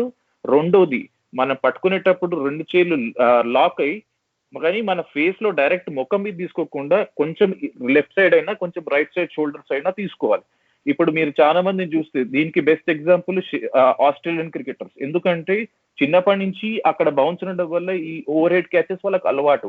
అందుకనే వాళ్ళు ఎప్పుడు కొంచెం ముందట తీసుకొని ఫేస్ దగ్గర వరకు వస్తుంది over head catches. Coming to boundary line high catches లో ఏంటంటే జనరల్ గా మన body back leg boundary line లో సైడ్ వేస్ ఉన్నప్పుడు దానం పైకి లీవ్ చేసే ఛాన్స్ ఎక్కువ ఉంటుంది. సో మీరు చూడండి, మన దేవదత్ పడికల్ అయినా మన ఫ్రాడ్ డూప్లెసీ అయినా బౌండరీ లైన్ లో వాళ్ళు పట్టేటప్పుడు బౌండరీ లైన్ కి మన కాలు ప్యారలల్ గా ఉంటుంది, అదే సైడ్ వేస్ లో. దాంట్లో ఏమైతుందంటే మనం పైకి ఎగిరేటప్పుడు మాక్సిమం హైట్ రీచ్ కాగలుగుతాం. సో మనం సింగిల్ హ్యాండ్ ఇవన్నీ పట్టుకోవచ్చు. ఇంకోటి బౌండరీ లైన్ లో ఏంటంటే అవేర్నెస్ ఆఫ్ బౌండరీ లైన్. మీరు బౌండరీ లైన్ నుంచి ఒక 4 అడుగులు ముందటకు వస్తే మనం వెనకకు వాకింగ్ చేసేటప్పుడు మనకు తెలియాలి ఏంటంటే 4 అడుగుల్లో మనం పోతున్నాము. సో దాంట్లో ఇంకొక టెక్నిక్ కూడా మేము నేర్పించేది ఏంటంటే బాల్ పట్టుకున్న తర్వాత మన చెస్ట్ ని ఆటోమేటిక్ మన స్పెక్టేటర్ సైడ్ తీసుకొచ్చినాం అనుకోండి, మనం ఇట్లా టర్న్ కాగా ఏమైతుందంటే మన బాడీ వెయిట్ ఫీల్డ్ లో పడుతుంది, బౌండరీ లైన్ బయట పడకుండా. దానివల్ల దీనికి బెస్ట్ ఎగ్జాంపుల్ మనకు 2019 లో మన Trent Boult boundary line catch ఢిల్లీలో తీసుకున్న క్యాచ్. సో ఆ పట్టుకున్నాక ఆటోమేటిక్ మన బాడీని ఆడియన్స్ సైడ్ తిప్పినాం అనుకోండి, మన హెడ్ బాడీ వెయిట్ అంతా కొంచెం ఫీల్డ్ లో ఉంటుంది. సో దానివల్ల ఏంటంటే బౌండరీ లైన్ బయట పడకుండా లోపల ఉంటుంది. సో ఇవన్నీ టెక్నిక్స్ మేము కొన్ని పాయింట్స్ తీసుకొని ఇవి మేము ప్రాక్టీస్ లో రిప్లికేట్ చేసి అవి మేము వర్క్ చేస్తాం. సూపర్ సార్, అసలు ఇంత వివరంగా అసలు ఎవరు చెప్పరేమో. అసలు ఇది మా గ్లాడ్ ఎవరైనా బర్డింగ్ క్రికెటర్స్ ఉంటే ఖచ్చితంగా నోట్స్ తీసుకోండి అసలు. So talking about Trent Boult edge of the boundary catches. So 2019 world cup ఫైనల్లో అక్కడ ట్రెంట్ బోల్ట్ మరి అంత నేను క్రికెట్ చూస్తున్న వాటిలలో గత 10 ఏళ్లుగా ట్రెంట్ బోల్ట్ ఇంకా నాకు తెలిసి ఫాఫ్ డూప్లెసీ వీళ్ళిద్దరే అనుకుంటా బెస్ట్ బౌండరీ రైడర్స్ నీకు క్యాచెస్కి. తను ఆ వరల్డ్ కప్ ఫైనల్లో బెన్ స్టోక్స్ క్యాచ్ తను బౌండరీ లైన్ పైన ఎందుకు కాలు పెట్టాడని అనుకుంటారు చెప్పండి మీరు? అంటే అక్కడ మీ పరంగా అసలు ఫీల్డింగ్ కోచ్ పరంగా మీకు ఏం కనిపించింది? అది డిపెండ్స్ ఆన్ అంటే ఆ పర్టికులర్ స్టేజ్ లో ఆ బ్యాలెన్స్ అనేది చాలా ఇంపార్టెంట్ అండి. ఎస్పెషల్లీ బౌండరీ లైన్ లో మీరు అవేర్నెస్ కొంచెం తప్పినా మనము బౌండరీ లైన్ రోప్కి వెళ్ళిపోతాం, లేదా మనకు కొంచెం బ్యాలెన్స్ అవుట్ అయిపోయినా కొంచెం కష్టం అవుతుంది. సో ఈ చిన్న చిన్నవి ఏంటంటే ఇంకోటి ఒక చాలా మంచి వాడు మైకేల్ హసీ ఒకప్పుడు ఐవీ డివిలియర్స్ కూడా చెప్పారు, ఒక బ్రిలియంట్ క్యాచ్ మనం మ్యాచ్ లో తీసుకోవాలంటే అలాంటివి ఒక 60 to 100 మనం ప్రాక్టీస్ క్యాచ్ చాలా గట్టిగా తీసుకోవాలి. మోస్ట్ ఆఫ్ ద టైం మన దగ్గర ఏమైతుందంటే ప్రాక్టీస్ లో మనం ఏం చేస్తామంటే అరే మెల్ల క్యాచ్లు తీసుకుందాము, చేతులు దెబ్బలు తాకుతాయో మనం మ్యాచ్ ఆడాలని మనం మ్యాచ్ లో పోయి సడన్ గా హార్డ్ క్యాచ్ తీసుకుంటే మనకు ఆ ఫీల్ తెలియదు కదండి. ఒక్కటి చెప్తాను, నేను ఇన్ని ఏళ్ళు ఫీల్డింగ్ లో డీప్ చేసినందుకు కోచింగ్ అనేది మనం ప్రతి ఒక్కటి చేయలేము. మనం ఒక పాత్ చూపించగలుగుతాం, ఇది చెప్పగలుగుతాం, కానీ ఆ ఫీల్ ఆఫ్ ద హ్యాండ్స్ అనేది మనం ఎన్నిసార్లు బాల్ పట్టుకుంటే తప్ప అది ఏ కోచ్ చెప్పలేడు. ఎందుకంటే అది ప్లేయరే ఫీల్ కావాలి, హార్డ్ బాల్ కి నేను ఎంత గట్టిగా పెట్టాలి లేదా ఎంత నేను సాఫ్ట్ తీసుకోవాలి. ఆ ఫీల్ మనం ప్రాక్టీస్ ఒక 60-70 బాల్స్ ప్రాక్టీస్ లో తీసుకున్నాడు అనుకోండి, అప్పుడు మనకు ఆ మ్యాచ్ లో వచ్చే క్యాచ్ మనం బెటర్ రియాక్ట్ కాగలుగుతాం. ఇంకో చిన్న పాయింట్ ఏంటంటే మనకు దెబ్బ దాకకుండా మనం జాగ్రత్త ఉన్నాం అనుకొని ఆ హాఫ్ హార్టెడ్ ఎఫర్ట్ పెడతాము, మనం మాక్సిమం టైం ఇంజూర్డ్ అవుతాం. ఇంజూర్ అయ్యేది ఉంటే క్రికెట్ లో ఏదైనా స్పోర్ట్, క్రికెట్ అని కాదు, ఇంజూర్ అయ్యేటట్టు ఉంటే ఇంజూర్ అవుతుంది. కానీ ఇంజురీ అవుతుందేమో అన్నప్పుడు సడన్ లో మైండ్ రంగం ఏమైతుందంటే ఆటోమేటిక్ మనం హాఫ్ హార్టెడ్ ఎఫర్ట్ పెడతాం. So injuries always happen when you put half hearted efforts. చాలా మంచి సైకలాజికల్ పాయింట్ కూడా మెన్షన్ చేశారు దిలీప్ గారు. అండ్ సాధారణంగా ఇప్పుడు ఇంటర్నేషనల్ క్రికెట్ అయినా ఏ నార్మల్ డొమెస్టిక్ క్రికెట్ అయినా సరే ఫీల్డింగ్ డిపార్ట్మెంట్ అంటే ఫీల్డింగ్ కోచ్ అవ్వచ్చు, అలాగే అసిస్టెంట్ కోచెస్ అవ్వచ్చు. సో వీళ్ళ పాత్ర ఎంతవరకు ఉంటుంది అంటే field setting on the ground మనం చూస్తాం కదా, కొన్నిసార్లు కేవలం కొంతమంది ఫీల్డర్స్ మాత్రమే బౌండరీ దగ్గర ఫీల్డ్ చేస్తారు, కొంతమంది ఎప్పుడు చూసినా వాళ్ళు ఇన్సైడ్ ద సర్కిలే ఉంటారు. అండ్ కొన్నిసార్లు మనం మనకు వినపడేటువంటి థియరీస్ ఎట్లా ఉంటాయంటే అంటే ఎస్పెషల్లీ కొంతమంది ఇప్పుడు షేన్ వాట్సన్ ఇట్లా అంటే అతను రిటైర్ అయ్యే ముందు జరిగిన సందర్భాన్ని ఎగ్జాంపుల్గా చెప్తున్నా. సో అట్లాంటి కొంతమంది ఇంకా సీనియర్ క్రికెటర్స్ లేదంటే ఫిజికల్లీ అంత ఫిట్గా లేని క్రికెటర్స్ని కొంచెం వాళ్ళని ప్రొటెక్ట్ చేయడానికి ట్రై చేయడం, ఇట్లాంటి టాక్టిక్స్ అన్నీ చూస్తూ ఉంటాం. సో దీని అంతట్లో ఒక క్యాప్టెన్ రోల్ ఎట్లా ఉంటుంది అండ్ అలాగే ఫీల్డింగ్ డిపార్ట్మెంట్ రోల్ ఎట్లా ఉంటుంది in terms of planning for a particular match whether it could be international are domestic? ఇది చాలా ఇంట్రెస్టింగ్ అండి. ఎందుకంటే ఇది 2 రకాలు ఉన్నదండి. ఒకటి ఏంటంటే మీరు ఆ పర్టికులర్ విషయంలో షేన్ వాట్సన్ గురించి చెప్పారు. అది కరెక్ట్ కావచ్చు. ఎందుకంటే ఆ టీంలో పర్టికులర్ గా షేన్ వాట్సన్ ఏజ్ దగ్గరకు వస్తుండొచ్చు, రిటైర్డ్ అవ్వచ్చు. అదొక రీజన్ ఉండొచ్చు. So we're just guessing that. ఇంకోటి ఏంటంటే సమ్ టైమ్స్ ఒకప్పుడు ఉంటుండే, నేను ఈ మాట నేను 6-7 ఇయర్స్ కింద ఒప్పుకుంటాను. ఏంటంటే టీమ్ లో 2-3 లూజ్ ఫీల్డర్స్ ఉన్నప్పుడు అతన్ని ఎక్కడ దాచిపెట్టాలో అని ఆలోచిస్తుంటే మనం ప్రైమ్ పొజిషన్ లో పెట్టాం. కాకపోతే ఇప్పుడున్న ఎస్పెషల్లీ లాస్ట్ 5-6 ఇయర్స్ ఎప్పుడైతే మేము అండర్-19 స్టాఫ్ అయినా పర్వాలేదు, ఎన్సీఏ స్టాఫ్ అయినా పర్వాలేదు, ఇండియన్ టీమ్ స్టాఫ్ అయినా పర్వాలేదు, ఇండియా ఉమెన్స్ టీమ్ అయినా, ఎందుకంటే రాహుల్ ద్రవిడ్ కింద మేమందరం వీళ్ళంతా కలిసి పనిచేస్తాం. ఎందుకంటే వెన్ ఇట్ కమ్స్ టు మా హోల్ ఈ అందరి గ్రూప్ ఏమైందంటే when it comes to international cricket everybody should be good enough. So దాంట్లో ఏంటంటే మోర్ దెన్ వీ కీపింగ్ కి లూజ్ ఫీల్డర్స్ ఇక్కడ పెడదామని వీ ఐడెంటిఫై హాట్ స్పాట్స్ ఉంటాయండి. ఒక వన్ డే క్రికెట్ లో హాట్ స్పాట్ డిఫరెంట్ ఉంటుంది, ఎక్కడైతే మాక్సిమం బాల్ వస్తుందో. ఒక టెస్ట్ క్రికెట్ లో హాట్ స్పాట్ డిఫరెంట్ ఉంటుంది. ఒక నీకు T20లో బౌండరీ లైన్ రైడర్స్ చాలా ఇంపార్టెంట్ ఉంటుంది. సో వాళ్ళకున్న ఎబిలిటీలో సపోజ్ ఒక పర్సన్ ఇన్సైడ్ ఫాస్ట్ గా సైడ్ వేస్ మూవ్ కాగలుగుతాడు, బాల్ చూసి తొందరగా వేయగలుగుతాడు, డైరెక్ట్. కాకపోతే ఏంటంటే వేరియస్ రీజన్ అతను ఆర్మ్ లివర్స్ కొంచెం ఎక్స్టెండ్ చేయకుండా వల్లనో, లేకపోతే ఫీట్ మంచిగా యూజ్ చేయకపోవడో, లేకపోతే స్ట్రెంత్ లేకపోవడం వల్ల బౌండరీ లైన్స్ అంత ఫాస్ట్ గా వేయలేకపోతాడు. సో అట్లాంటి వాళ్ళని మేము మాక్సిమం 30 yards యూజ్ చేస్తాం. ఇప్పుడు కొంతమంది ఉన్నారు ఎజైల్ గా ఉండరు కానీ చాలా మంచి క్యాచెస్, సో వాళ్ళని స్లిప్ లో యూజ్ చేసుకోవచ్చు. ఎవరైతే 2 ఉంటాయి, ఇప్పుడు సపోజ్ సురేష్ రైనా, ఇప్పుడు కేఎల్ రాహుల్, ఇట్లాంటి మంచి ఫీల్డర్స్ ఏంటంటే మీకు ఫస్ట్ పవర్ ప్లే లో ముందటి నుండి సింగిల్ ఆపి ఇవన్నీ చేసి లాస్ట్ లో బౌండరీ లైన్ లో కూడా చేస్తారు. సో మేము వాళ్ళకున్న స్కిల్ ఎబిలిటీ ప్రకారం ప్లస్ ఏ ఫార్మాట్ ఆడుతున్నామో దాంట్లో హాట్ స్పాట్స్ లో రిక్వైర్మెంట్ ప్రకారం మేము ఫీల్డర్స్ ని సెగ్రిగేట్ చేసి అది మేము కెప్టెన్ కి నార్మల్ గా ఏంటంటే మేము టీమ్ మీటింగ్ అవుతుంది ఇవన్నీ. So but the role of a fielding coach has increased a lot, especially in 5-6 years. Last 5-6 years చాలా ఇంక్రీజ్ అయింది. సో దాంట్లో ఏంటంటే మేము రెడీగా చూసి కెప్టెన్ కి మేము చెప్తాం అనమాట, ఈ ఫీల్డర్ ఈ ప్లేస్ లో కొంచెం మీకు ఈ సిచ్యువేషన్ లో బెటర్ హెల్ప్ఫుల్ ఉంటుంది. సో కానీ ఏ ఫీల్డర్ ఎక్కడ ఉన్నా కానీ ఒక క్యాచ్ డ్రాప్ కావచ్చు, ఒక బ్రిలియంట్ క్యాచ్ కావచ్చు, but probability best fielder at best place ఉంటే ఏంటంటే మన probability of catching the ball or fielding or getting a run out మనం హై అయిపోతుంది. ఓకే సార్, అది ఇప్పుడు ఈ మధ్య అసలు చాలా బాగా డిబేట్ నడుస్తుంది సార్. ఇదేంది ఇప్పుడు నీకు స్పెషలిస్ట్ కీపర్స్ రోల్ అయిపోయిందా వరల్డ్ లో, ఇప్పుడు బ్యాటింగ్ బట్టి కీపర్స్ ని సెలెక్ట్ చేస్తున్నారా అని. ఆల్రెడీ అంటే ఈ కైండ్ ఆఫ్ మనం ముందే మాట్లాడాము, ఫీల్డింగ్ బట్టి can you give fielding more importance than batting అనేది. మరి ఈ టాపిక్ లో అంటే ఎస్పెషల్లీ వికెట్ కీపర్ అనేది స్పెషలిస్ట్ రోల్. ఇదివరకు వికెట్ కీపింగ్ ఫస్ట్, తర్వాత బ్యాటింగ్ వస్తే పర్వాలే అనుకునేవాళ్ళు. సో ఇప్పుడు ఈ ఈ పాయింట్ ఆఫ్ టైం గేమ్ లో ఆడమ్ గిల్క్రిస్ట్, ధోని వీళ్ళ రెవల్యూషన్ తర్వాత ఇప్పుడు ఏ స్టేజ్ లో ఉన్నామని చెప్తారండి? ఇప్పుడు ఇది డెఫినెట్లీ ఏంటంటే వికెట్ కీపర్ నుంచి బ్యాటింగ్ కాంట్రిబ్యూషన్ ఎక్స్పెక్ట్ చేసేది అన్ని ఏజ్ గ్రూప్స్ లో, whether it is elite level to junior level పెరిగిందండి.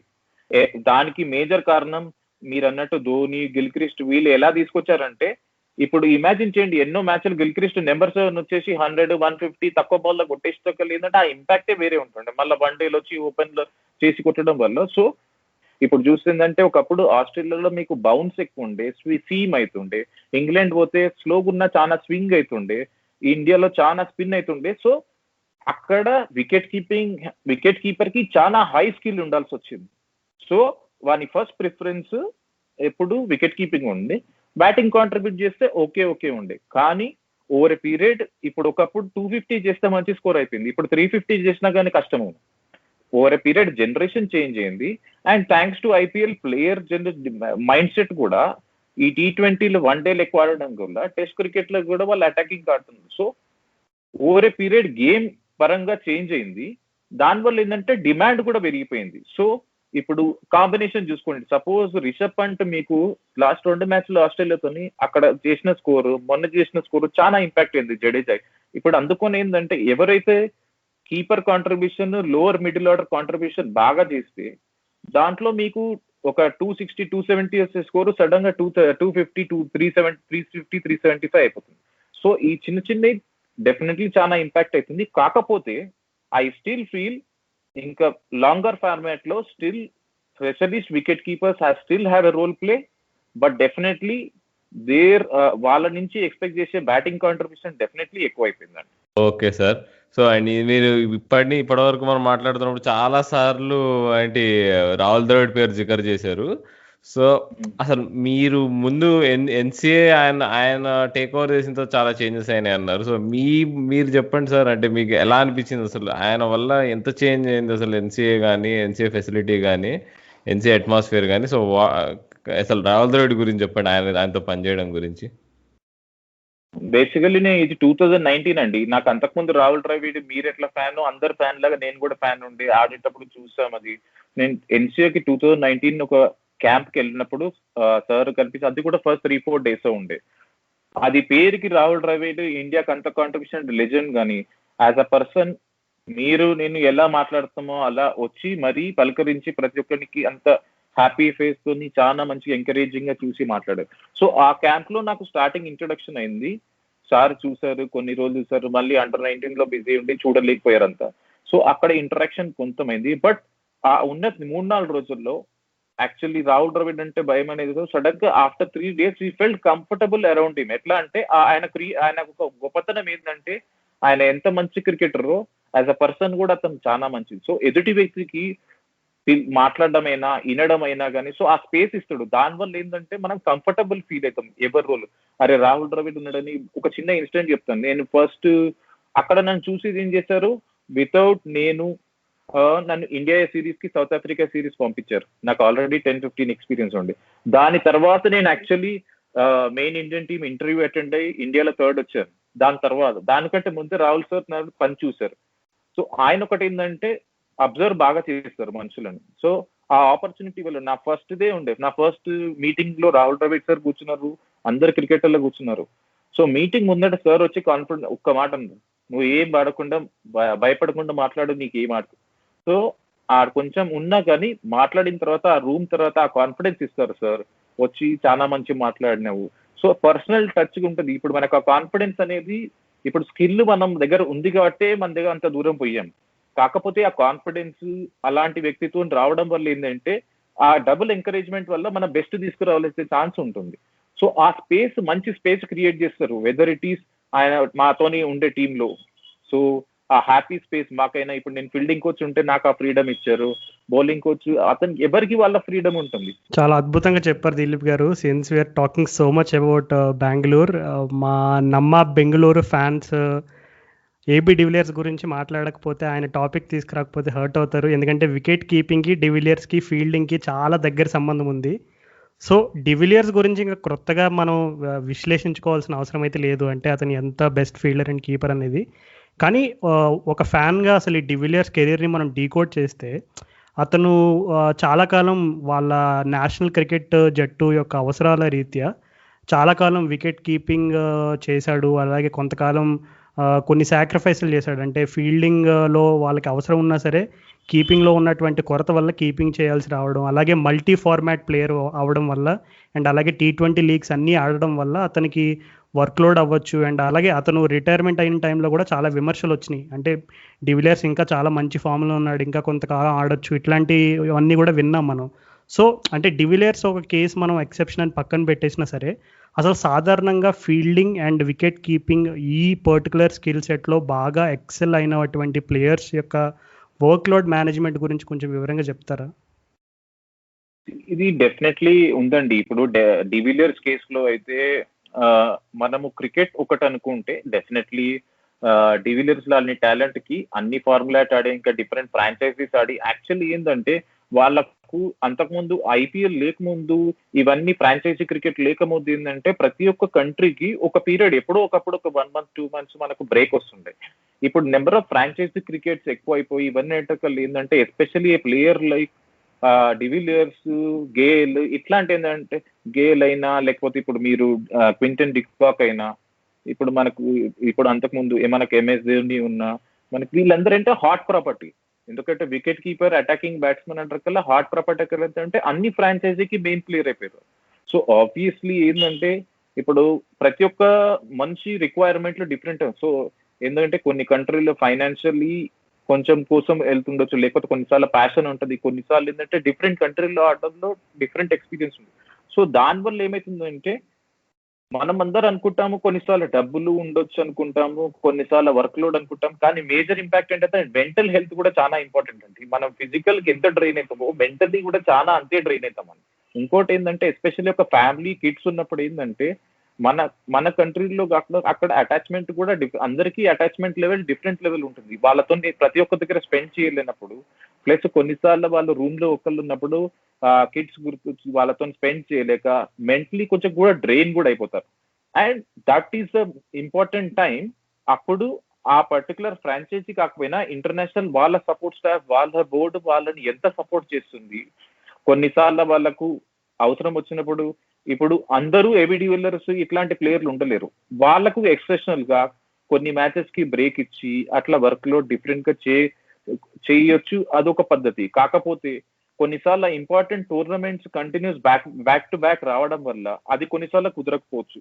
సో ఇట్స్ నా ఉద్దేశంలో ఒక board administration, player, captain, coach combination లో ఇవి సెలెక్టివ్ గా జరగాలి.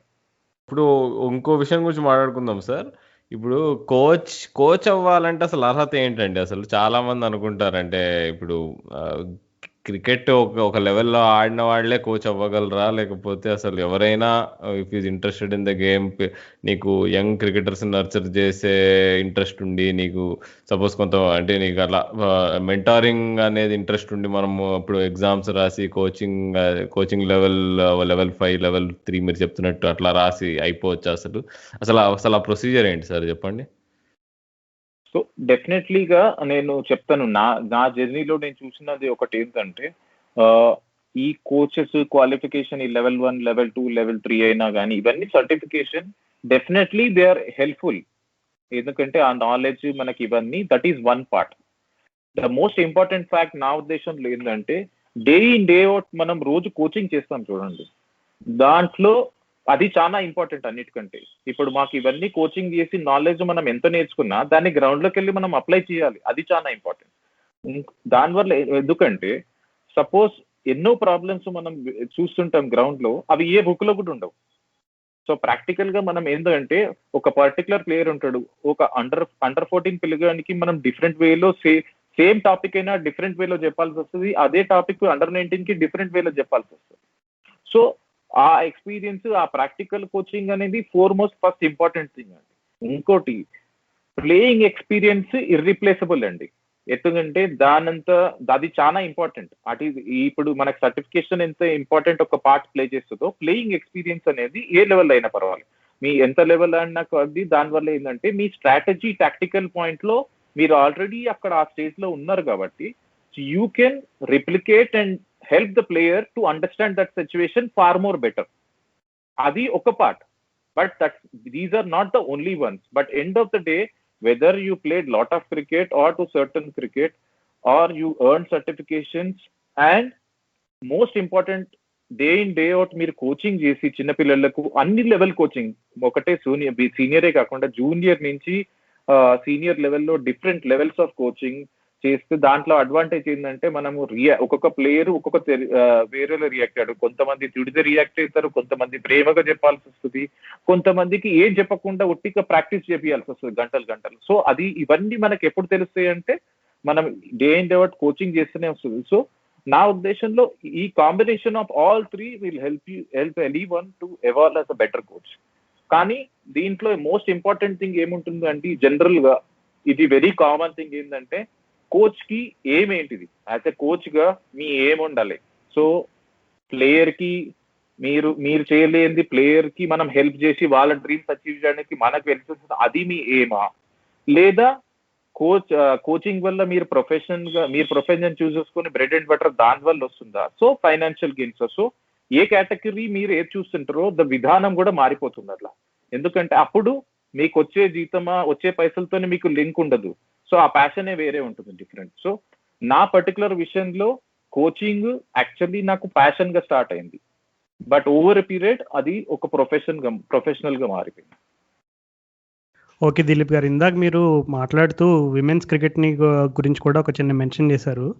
ఇప్పుడు మనం అందరం ఒప్పుకోవాల్సిన ఒక విషయం ఏంటంటే ఇప్పుడు ఐపీఎల్, బిగ్ బ్యాష్ ఇట్లాంటి లీగ్స్ వల్ల ఫీల్డింగ్ స్టాండర్డ్ అనేది ప్రతి సంవత్సరం ఇంప్రూవ్ అవుతూనే ఉంది. అట్లాంటిది మన విమెన్స్ క్రికెట్లో ఇప్పుడు రీసెంట్గా లాస్ట్ 2-3 ఇయర్స్ నుంచి చిన్నపాటి ఒక మినీ ఐపీఎల్ లాగా స్టార్ట్ చేసి ఆడుతున్నారు. ఇప్పుడు మన ఇండియన్ విమెన్స్ క్రికెట్లో కూడా స్మృతి మందాన, రాధా యాదవ్, దీప్తి శర్మ, జమైమా రోడ్రిగ్స్, వేదా కృష్ణమూర్తి ఇట్లాంటి గన్ ఫీల్డర్స్ అయితే చాలామంది ఉన్నారు.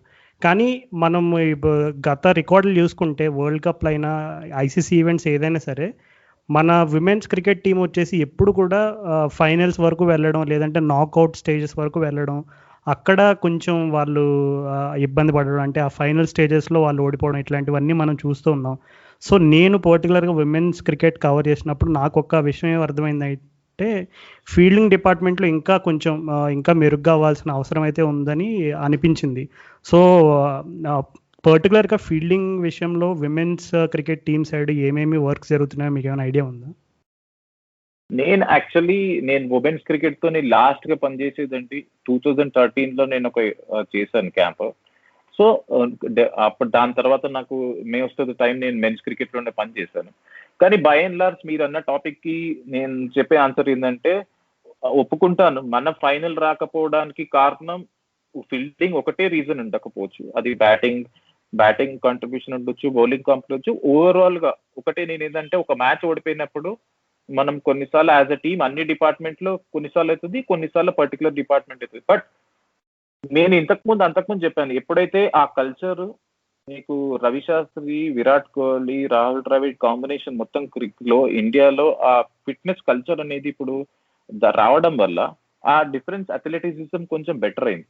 ఉమెన్స్ క్రికెట్ కూడా ఇప్పుడు మీరు చూసుకుంటే లాస్ట్ ఎస్పెషల్లీ 3-4 ఇయర్స్ లో చాలా డెఫినెట్లీ బెటర్, చాలా ఫిట్నెస్ లో కూడా వాళ్ళు చాలా బెటర్ అయింది. దానివల్ల ఏంటంటే కొంచెం ఎజైల్ కూడా అయ్యారు. ఇప్పుడు చూడండి, వేదా ఫస్ట్ నుంచి చాలా మంచి ఫీల్డర్, దాంతో ఇప్పుడు మీరు చూస్తే ఇప్పుడు రాధా యాదవ్ వచ్చింది, జమీమా రోడ్రిగ్స్ వచ్చింది. So number of Smriti Mandhana was always safe, Harman Preet is a good fielder. So అలానే ఇప్పుడు Taniya Bhatia best wicket keeper ఉంది.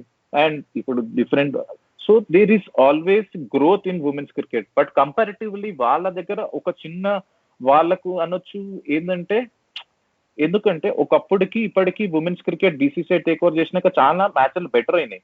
కానీ కంపారిటివ్లీ స్టిల్ మెన్స్ క్రికెట్ అంతా వాళ్ళకి అంత రాలేదు ఇంకా.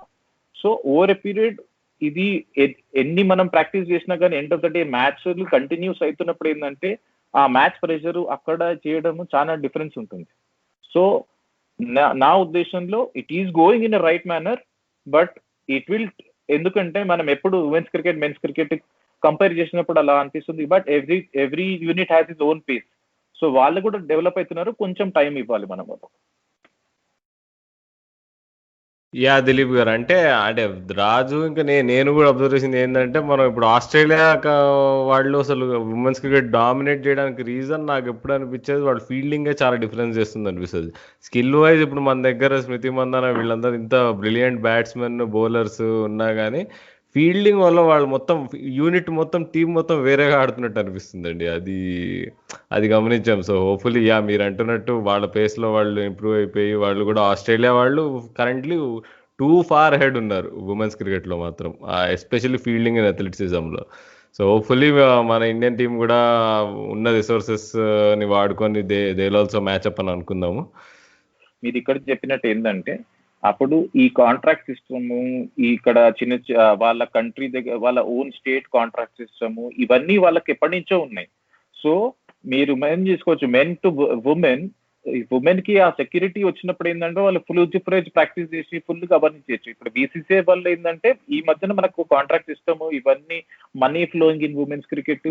So now it is come to a situation especially from last 3-4 years, ఒక చిన్న పాప మన ఏ ఇంట్లో అయినా కానీ క్రికెట్ ఉమెన్ క్రికెటర్ గా అయితే ఆమె కూడా ఫ్యూచర్ ఉంటుంది, ఆమె కూడా ఒక పాత్వే సెలెక్ట్ చేసుకోవచ్చు అనే భరోసా వచ్చింది కదా. సో కొంచెం టైంలో డెఫినెట్లీ నాకు అనిపిస్తుంది, ఎందుకంటే నేను చూసాను ఏంటంటే ఉమెన్స్ క్రికెట్ తో వర్క్ చేసినప్పుడు వాళ్ళకి ఆ ప్యాషన్ ఇంప్రూవ్ కావాలి, కష్టపడాలని అయితే చాలా ఉన్నది. సో వాళ్ళు డెఫినెట్లీ ఆ పాత్ లో ఉన్నారు, but over a period I'm sure they will achieve that. Okay sir. So అంటే విమెన్స్ క్రికెట్ గురించి మాట్లాడుకున్నాము, బట్ ఒక ఎలిఫెంట్ ఇన్ ద రూమ్ గురించి మాట్లాడుకోవాలి సార్. మనం ఇప్పుడు మనం ఇండియాలో ఉన్న ఇప్పుడు రీజనల్ గా ఎక్కడి నుంచి క్రికెటర్స్ వస్తున్నారో చూసుకుంటే అసలు నీకు ఎస్పెషల్లీ సౌత్ ఇండియాలో ఈచ్ అండ్ ఎవ్రీ స్టేట్ నుంచి ఒక కోర్ గ్రూప్ ఆఫ్ క్రికెటర్స్ ఉంటారు. ఇప్పుడు మనకు కర్ణాటక నుంచి ఒక కోర్ గ్రూప్ ఉంది. వాళ్ళు ఎప్పుడు ఇండియా ఐటీ డోర్స్ నాక్ చేస్తూ ఉంటారు. ఎప్పుడు ఛాన్స్ వస్తే ఇండియా టీంలోకి వచ్చేద్దామని చూస్తుంటారు. తమిళనాడు అయితే ఎప్పటి నుంచో ఉంది ఆ కల్చర్. సిమిలర్లీ నీకు ఇప్పుడు కేరళ నుంచి కూడా అంటే మంచి ఫాస్ట్ బౌలర్స్ 2-3 ఉన్నారు. వాళ్ళు ఇండియా రెగ్యులర్ ఆడుతూ ఉంటారు. బ్యాట్స్మెన్ సంజు శాంసన్ లాంటి వాళ్ళు ఉన్నారు. కానీ ఇప్పుడు ఈ తెలుగు క్రికెటర్స్కి వచ్చేటప్పటికి ఎందుకు ఆ కోర్ గ్రూప్ ఉండదండి. అంటే పోస్ట్ లక్ష్మణ్ చూసుకుంటే అంటే నీకు రెగ్యులర్ గా ఇండియాకి ఆడిన వాళ్ళు తక్కువ ఉన్నారు. ప్లస్ ఇప్పుడు కరెంట్ గా చూసుకుంటే కూడా couple of players who are there. కానీ ఒక కోర్ గ్రూప్ గా ఎందుకు మనం అంటే ఈ హైదరాబాద్ ఇంకా ఆంధ్ర పర్టికులర్ కాన్సన్ట్రేట్ చేస్తే అంటే ఎందుకు వై వీఆర్ లాగింగ్ బిహైండ్ అంటారు డొమెస్టిక్ క్రికెట్ లో? అంటే ఆంధ్ర కొంచెం బెటర్ గా ఉందని అనిపిస్తుంది, బట్ హైదరాబాద్ ఎందుకో రిగ్రెస్ అవుతున్నట్టు అనిపిస్తుంది. మీ ఒపీనియన్ ఏంటి అసలు మన క్రికెటింగ్ కల్చర్ గురించి, హైదరాబాద్ క్రికెటింగ్ కల్చర్ గురించి? బేసికలీ ఒక మంచి ప్లేయర్ చేయడానికి కొంత పర్సంటేజ్ అసోసియేషన్ ఉంటుంది, కానీ మాక్సిమం ప్లేయర్ మీద ఉంటుంది. ఎందుకంటే ఎంత కష్టపడతాడో ప్రతి ఒక్క ఆపర్చునిటీ. కానీ ఒక మంచి టీం మీరు అన్నట్టు ఒక కోర్ గ్రూప్ ఒక మంచి చేయడానికి అందరి సపోర్ట్ అవసరం. సో దానికి ఒక ప్రాపర్ సిస్టమ్ అనేది చాలా ఇంపార్టెంట్. మన సిస్టమ్ బాగున్నప్పుడు ప్లేయర్ ఆటోమేటిక్ మంచిగా వెళ్తారు. సో ఈ యాక్చువల్లీ చూసిందంటే ఆంధ్ర ఓ సిస్టమ్ బెటర్ అవుతుంది, కానీ కంపారిటివ్లీ హైదరాబాద్ లో టాలెంటెడ్ ప్లేయర్స్ చాలా ఎక్కువ. వాళ్ళు కష్టపడుతున్నారు. కానీ ఏంటంటే ఈ combination of system, players and everything falls together. ఇదేంటంటే ఒక సర్కిల్ ని ఒకటి లింక్ అయి ఉంటుందండి. సో ఆ ప్రాసెస్ అన్ని కరెక్ట్ ఒక అలైన్ అయినప్పుడే మీకు ఒక కోర్ గ్రూప్ వెళ్తుంది. ఇంకోటి ఏంటంటే ఆ గ్రూప్ దగ్గర మన హైదరాబాద్ లో కూడా ఇప్పుడు సపోజ్ ఐపీఎల్ వచ్చినప్పుడు ఒక బ్యాచ్ వెళ్ళిపోయింది. దాని తర్వాత అందరు యంగ్స్టర్స్ వచ్చారు. తర్వాత మళ్ళీ ఒక బ్యాచ్ అయింది. సో మీరు ఒక particular consistency of players pick చేసుకొని వాళ్ళు ఐడెంటిఫై చేసి వాళ్ళని గ్రూమ్ చేసుకొని చేస్తే మీకు డెఫినెట్లీగా ఆ రిజల్ట్ వస్తుంది. ఇప్పుడు దానివల్ల మీరు చూడండి ఆ గ్రూప్ వల్ల ఇప్పుడు మీకు అండర్ 19 మీకు ఎలివేట్ అయిన ఇప్పుడు తిలక్ వర్మ ఉన్నాడు. సడన్ గా he's doing well, he's knocking the doors of India. And suddenly ఆ జూనియర్ క్రికెట్ నుంచి వచ్చిన వాళ్ళు చాలా మంది ఉన్నారు. కాకపోతే ఎస్పెషల్లీ మనం లాంగర్ టర్మ్ లో డెవలప్ కావాలంటే మన 16-19 బెంచ్ చాలా స్ట్రాంగ్ చేసి ఒక సిస్టమ్ చేసి వాళ్ళకి టైం చేస్తే ఏంటంటే మీరన్నట్టు కేరళ, తమిళనాడు ఇవన్నీ కాకుండా ఇవి కూడా మనం సిస్టమ్ తీసుకురావచ్చు. సో ఫ్రమ్ ఎ పర్సన్ ఇవన్నీ నేను చూసాను కాబట్టి నాకు అనిపిస్తుంది అన్ని కాంబినేషన్ లో పనిచేస్తేనే అవుతుంది సార్. అంటే మీరు ఏజ్ గ్రూప్ లో కోచింగ్ చేస్తున్నప్పుడు అంటే ఇక్కడ మన తెలుగు రాష్ట్రాల్లో ఒక ఎఫెక్ట్ గురించి మనం మాట్లాడుకోవాలి. అంటే మన దగ్గర ఎప్పుడైనా ఇంజనీరింగ్ కి కానీ చదువు మీద ఎక్కువ ఇంపార్టెన్స్ ఉన్నట్టు ఉంటుంది. కైండ్ ఆఫ్ నీకు ఎప్పుడైనా పేరెంట్స్ అందరూ పుష్ చేస్తూ ఉంటారు చదువుకి ఇంపార్టెన్స్ ఇద్దామని. సో మీరు ఎప్పుడైనా చూసారా, గమనించారా ఇట్లా అండర్ 15 అండర్ 16 లెవెల్లో వద్దండి క్రికెట్ ఎందుకండి అని పేరెంట్స్ ఇట్లా తీసుకెళ్లి పిల్లల్ని చలో ఇక నాన్న చదువుకో, ఇంకా ఎంసెట్కి ప్రిపేర్ అవ్వు, ఐఐటి కొట్టాలి, ఇట్లా అలా వెళ్ళిపోయి అది ఫ్యాక్టర్ అంటారా, లేకపోతే దట్ ఈస్ ఇమ్మెటీరియల్ అంటారా, that is common all over India అంటారా? అది కూడా డెఫినెట్లీ ఉంటుందండి. ఎందుకంటే ఎస్పెషల్లీ సౌత్ ఇండియాలో ఇక మన తెలుగు రాష్ట్రాలే కాకుండా సౌత్ ఇండియాలో ఓవరాల్ గా మీకు పేరెంట్స్ చదువు మీద ఇంటెలిజెన్సీ, చదువు ఒక సిస్టమ్, ఒక ఇంజనీరింగ్, డాక్టర్ ఈ పద్ధతులు పాటించే మనస్తత్వం ఎక్కువ ఉంటుంది. ఇంకోటి ఎస్పెషల్లీ మన తెలుగు రాష్ట్రాల్లో ఏంటంటే compare to other places sports background తక్కువ ఉంటుందండి పేరెంట్స్ లో. ఇప్పుడు కాకుండా మన ముందటి జనరేషన్ లో స్పోర్ట్స్ బ్యాక్గ్రౌండ్ కొంచెం ఫ్యామిలీలో తక్కువ ఉన్నప్పుడు ఏంటంటే కొంచెం వాళ్ళ బాయ్స్ ఎంతూజియాజం దానికోసం మీకు పర్మిషన్ ఇచ్చినా ఎక్కడో ఒక దగ్గర వానికి వర్కౌట్ కాకపోతే ఎంత తొందరగా మనం చదువు తీసుకొచ్చి పిల్లగాన్ని సెటిల్ చేసి ఒక దగ్గర చేద్దామా, వాళ్ళ బేసికలీ ఏంటంటే more than allowing a boy అతని ప్యాషన్ ని ఫాలో చేయడానికి where the path is unclear. So most of the time నాకు one of the major reason ఈ తెలుగు రాష్ట్రాల్లో ఏమనిపిస్తుంది అంటే మన దగ్గర చదువు మీద ఈ సిస్టమ్ మీద కొంచెం దాని మీద ఎక్కువ ఉంటారు. వాళ్ళకి ఏంటంటే ఆ షూరిటీ రావాలి. ఏంటంటే నాకు ఈ పాత్ లో సక్సెస్ వస్తుంది. ఇన్ని రోజులు వాళ్ళు ఆల్రెడీ సక్సెస్ ఈ చదువులో, జాబ్ లో ఇవన్నీ చూసినాకలు ఏంటంటే చదువు జరిపే కొంచెం ఇంటెలిజెంట్ అబ్బాయి అంటే వెంటనే అక్కడ పుష్ చేద్దామని చూస్తారు. కాకపోతే ఏంటంటే ఏదైనా కొన్నిసార్లు సక్సెస్ కొంతమందికి తొందరగా వస్తుంది, కొంతమందికి లేట్ వస్తుంది.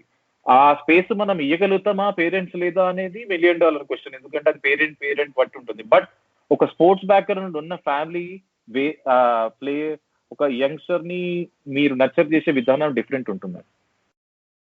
యా అంటే ఇమీడియట్ గా నీకు దొరకంగానే ఇక మన 2 సంస్థలు వాళ్ళ పేర్లు మనం చెప్పనక్కర్లేదు. ఒకటి ఒకటి ఒకటి 2 2 2 టీవీలో పెట్టి అలా కొడుతా ఉంటే పాపం పేరెంట్స్ కూడా టెంప్ట్ అయిపోతారు. ఇక అది ఏం చేస్తాం మరి అదే. ఈ టాపిక్ లో నేను ఒకటి ఇంపార్టెంట్ విషయం చెప్తున్నానండి. ఎందుకంటే మోస్ట్ ఆఫ్ ద టైం ఏమనుకుంటారంటే, సపోజ్ నేను ఒక పేరెంట్, నేను క్రికెట్ ఆడలేకపోయాను, ఏదో ఆడలేకపోయాను, నాకు పుట్టినప్పటి నుంచే సచిన్ టెండూల్కర్ అనుకుంటాం. సచిన్ టెండూల్కర్ ఒక్కడికి 16 years లో ఆ లైన్ లో ప్రతి ఒక్కరికి అలా రావాలని లేదు. ఎందుకంటే ప్రతి ఒక్కళ్ళ మెచ్యూరిటీ డిఫరెంట్ ఉంటుంది. కొంతమంది 19 వరకు ఆర్డినరీ ప్లేయర్ ఉన్నా టైం ఇస్తే దాని తర్వాత ఎక్స్ట్రాడినరీ ప్లేయర్ అవుతారు. కొంతమంది 16 లో చాలా బ్రిలియంట్ ప్లేయర్లు ఉంటారు, దాని తర్వాత 19 లో చాలా మంది, నేను ఇట్లా చాలా చూసా, అండర్ 13 అండర్ 14 లో అరే బ్రిలియంట్ పేరు, వీళ్ళు చాలా బాగా ఆడుతున్నారు, కానీ 19 తర్వాత వాడి పేరే ఏం తెలియదు. ఎవరైతే ఇప్పుడు చూడండి సిరాజ్ లాంటి వాడు 22, 23, 24 లో వచ్చాడు, ఇండియా ఆడేశాడు. సో ప్రతి ఒక్కళ్ళ మెచ్యూరిటీ లెవెల్ డిఫరెంట్ ఉంటుంది. మనం ఆ స్పేస్ పిల్లలకి ఇవ్వగలుగుతామా, ఆ ప్యాషన్ ని ఇవ్వగలుగుతామా? ఎందుకంటే ఒకటైతే సింపుల్ అండి, ఏ ఫీల్డ్ అయినా పర్వాలేదు, అబ్బాయికి ఆ ఫీల్డ్ లో ఇష్టం ఉంటే దాంట్లో 100% చేయగలుగుతాడు. సో ఆ ఇష్టాన్ని మనం టైం ఇవ్వాల్సి వస్తుంది. బేసికలీ సక్సెస్ కావాలంటే ఏదైనా కొంచెం టైం ఇవ్వాల్సి వస్తుంది. అద్భుతంగా చెప్పారు దిలీప్ గారు అసలు. So this segment is dedicated to all the listeners who were aspiring cricketers, కానీ ఎన్నో ఇతర విషయాల వల్ల, ఇతర కారణాల వల్ల మీరు కాలేకపోయారని ఇప్పటికీ కొంతమంది ఫీల్ అవుతుంటారు. వాళ్ళకి డెడికేటెడ్ ఇది.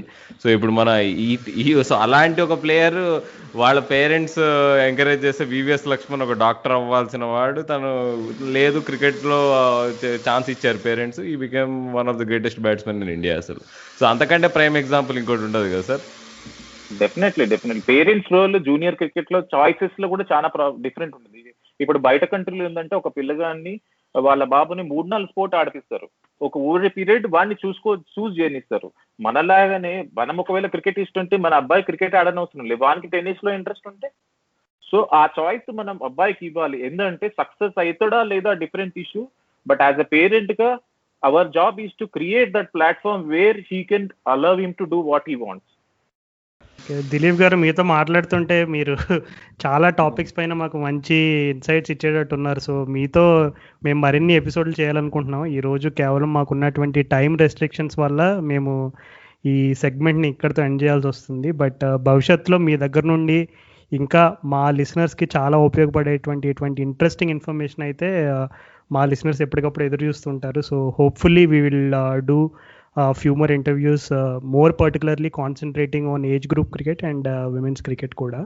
సో ఆఖరి చిన్న సింపుల్ క్వశ్చన్ సార్, ఏం లేదు, ఇప్పుడు మీరు నాకు తెలిసి 2019 ఆ టైంలో అనుకుంటా, ఆర్ సమ్వేర్ అరౌండ్ ఆగస్ట్ అనుకుంటా. సో అప్పుడు జాంటీ రోడ్స్ కూడా ఇండియాకి ఫీల్డింగ్ కోచ్కి ఇదంతా అప్లై చేయడం జరిగింది.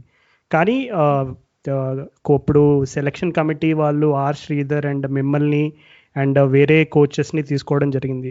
సో ఆ టైంలో మీకు ఫస్ట్ న్యూస్ ఎలా తెలిసింది, అండ్ తెలియగానే మీ రియాక్షన్ ఎలా ఉంది, and how was the journey with working with some of the best in the business? Basically ఆ ఇంటర్వ్యూ ఎలా ఉండేనంటే, ఇప్పుడు శ్రీధర్ సార్ ఆల్రెడీ చాలా మంచి జాబ్ చేస్తున్నారు క్రికెట్ హైదరాబాద్ తోని. సో నేను బేసికల్ గా అప్లై చేసింది ఏంటంటే, నాకు ఆ ఎక్స్పీరియన్స్, ఆ ఇంటర్వ్యూ రావాలి. బట్ టు బీ ఫ్రాంక్, నేను అది అటెండ్ కావడానికి వెళ్ళలేదు. I was always confidence of my own ability. ఎందుకంటే ఒక ఫీల్డింగ్ ఏరియాలో నేను 12-13 ఏళ్ళు స్పెండ్ చేశాను. So I know what I was talking there. But basically I wanted to get that experience, go there and enjoy and express myself అని ఉండే. అదొకటే ఏంతో వెళ్ళాను. నాకు తెలిసిన నాలెడ్జ్ వాళ్ళు అడిగిన క్వశ్చన్స్ కి నేను షేర్ చేసుకున్నాను. But then to come out ahead in the league top 3 నాది డెఫినెట్లీ సంథింగ్, అది లైఫ్ టైం మూమెంట్ అండి. ఎందుకంటే ఎక్కడైతే జాంటీ రోడ్స్, వీళ్ళు అభయ్ శర్మ, వీళ్ళందరూ ఎన్నో నుంచి పనిచేసిన వాళ్ళు, ఇంటర్నేషనల్ లో పనిచేసిన వాళ్ళు, వాళ్ళ లీగ్ లో మనం ఆ టాప్ రావడం అంటే definitely one of the proud moment అనుకోవచ్చు. బట్ దాన్ని మనకు ఆ స్టేచర్ ఇచ్చినాక దాని తర్వాత నా రెస్పాన్సిబిలిటీ ఇంకా ఎక్కువైందంటే, మనకు ఆ లేబుల్ ఇచ్చినాక దాని లీవ్ టు ఎక్స్పెక్టేషన్స్ కి మనం ఎంత గ్రౌండ్ చేసి మనం ఎంత చేస్తాం అనేది కూడా, దానివల్ల ఛాలెంజెస్ కూడా బెటర్ అయ్యి రెస్పాన్సిబిలిటీ పెరిగింది. వండర్ఫుల్ దిలీప్ గారు. సో ఇప్పుడు ఈ ఇంటర్వ్యూ సెగ్మెంట్ అయితే ఇంతటితో ముగుస్తుంది. దిలీప్ గారు, లాస్ట్లో మీరు మా పాడ్కాస్ట్ గురించి ఏమైనా చెప్పదలుచుకున్నారా? డెఫినెట్ గా ఒకటైతే ఏంటంటే, నేను యాక్చువల్లీ మీ పాడ్కాస్ట్ ని నేను రవితేజ వీళ్ళు బి సందీప్ వీళ్ళ ఇంటర్వ్యూ చూసినది ఒకటి, నాకు వన్ ఆఫ్ ద మేజర్ ఏంటంటే, చాలా ఇంటర్వ్యూ చూసాను వేర్ ఓ సొఫిస్టికేటెడ్ వేలో క్వశ్చన్లు చేసి ఇది చేశాను. నాకు జెన్యున్ గా ఏమనిపించిందంటే, మీ ఛానల్ అది వింటున్నప్పుడు ఏంటంటే, ఇట్స్ నాట్ ఇంటర్వ్యూ లాగా అనిపించలేదు, బేసికలీ ఇట్స్ డిస్కషన్ లాగా అనిపించింది. ఎట్లా అంటే, మన ఫ్రెండ్లీ టాక్ మాట్లాడి మనసులో మాటలు ఇప్పుకొని మాట్లాడుకొని, అది కూడా మన లోకల్ తెలుగు భాషలో హ్యాపీగా మాట్లాడుకోవచ్చు. ఇంటుంటే ఏంటంటే, ఒక ఇంటర్వ్యూ లాగానో ఏదో కాకుండా ఒక డిస్కషన్ లాగా ఇద్దరు మాట్లాడుకునే విధానం లాగా ఉంది. That is actually one of the major reason మీకు నేను చేయడానికి ఇంట్రెస్టింగ్ ఉంది. థ్యాంక్ యూ దిలీప్ గారు, అసలు వెరీ వండర్ఫుల్ ఇంటర్వ్యూ. అసలు మేము ఇప్పటివరకు చేసిన క్రికెట్ నగరం ఇంటర్వ్యూస్ లో బై ఫార్ అంటే మీరు ఇచ్చినంత ఇన్సైట్ ఇప్పటివరకు రాలేదు. Thank you so much for giving us this opportunity. My pleasure. Thank you very much. Thank you Dilip గారు.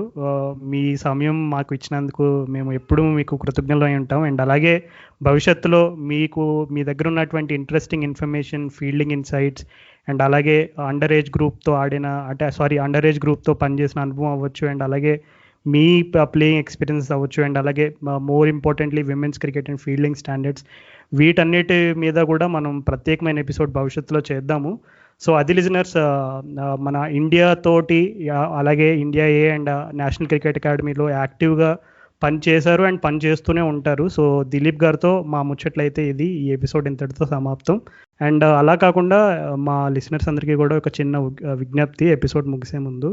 అది మేము ఆల్రెడీ మా గోల్డెన్ జూబ్లీ ఎపిసోడ్లో మేము చాలా డీటెయిల్డ్గా అసలు మేము క్రికెట్ నగరం అంటే ఎవరు, ఎందుకు స్టార్ట్ చేశాము, అండ్ అలాగే భవిష్యత్తులో మా కార్యాచరణ ఏంటి అనేటువంటి యొక్క విషయాలు మేము చాలా క్లుప్తంగా, చాలా ఇంగ్లీష్లో చెప్పాలంటే చాలా క్యాండిడ్గా డిస్కస్ చేసుకున్నాం.